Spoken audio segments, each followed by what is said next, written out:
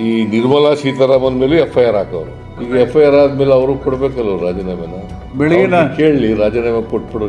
ನನ್ನ ಕೇಸ್ನಲ್ಲಿ ನಮ್ಮ ಲೋಯರ್ ಕೋರ್ಟ್ನವರು ತೀರ್ಮಾನ ತಗೊಂಡಿದ್ದಾರೆ, ಸ್ಪೆಷಲ್ ಕೋರ್ಟ್ನವರು ರಿಪೋರ್ಟ್ ಕೊಡಿ, ತನಿಖೆ ಮಾಡಿ ರಿಪೋರ್ಟ್ ಕೊಡಿ ಅಂತ ಹೇಳಿ. ಕುಮಾರಸ್ವಾಮಿನ ರಾಜೀನಾಮೆ ಕೊಡಿಸ್ಲಿ. ನಿಮ್ ಪ್ರಕಾರ ಕೊಡಬೇಕೋ ಬೇಡ? ಮೋದಿಯವರು ಕೊಡಬೇಕಾಗುತ್ತೆ. ಚುನಾವಣಾ ಬಾಂಡ್ ಮೂಲಕ ಮೋದಿಯವರು ಕೊಡಬೇಕಾಗುತ್ತೆ. ಚುನಾವಣಾ ಬಾಂಡಿನೆಲ್ಲ ದುರುಪಯೋಗ ಮಾಡ್ಕೊಂಡಿದ್ದಾರಲ್ಲ, ಸುಲಿಗೆ ಮಾಡಿದಾರಲ್ಲ, ಮೋದಿಯವರು ಕೊಡಬೇಕು. ನಿರ್ಮಲಾ ಸೀತಾರಾಮನ್ ಕೊಡಬೇಕು.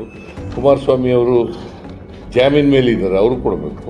ಯಾವಾಗಲೂ ಪ್ರೆಸ್ನವ್ರು ಇಟ್ಕೊಂಡು ರಿವ್ಯೂ ಮಾಡಲ್ಲ. कर्नाटक के वजीर आला सिद्धरामैया के खिलाफ मैसूरू लोक आयुक्ता पुलिस ने FIR दर्ज की है, जिसमें उन्हें और उनके खानदान के अफराद को एक जमीन स्कैंडल में मुलव्विस करार दिया गया है।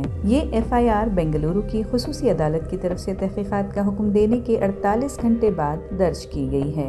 ये मामला मैसूर अर्बन डेवलपमेंट अथॉरिटी मूडा की 50 to 50 साइट के स्कीम में बेज़ाब्तगी के इल्जाम से जुड़ा है। FIR में सिद्धरामैया को पहला मुलजिम A1, उनकी बीवी BM पार्वती को दूसरा मुलजिम A2 और उनके बिरादर निस्बती मल्लिकार्जुन को तीसरा मुलजिम A3 करार दिया गया है। जमीन के मालिक T देवराजू को चौथा मुलजिम A4 बताया गया है और दीगर नामालूम अफराद भी शामिल हैं।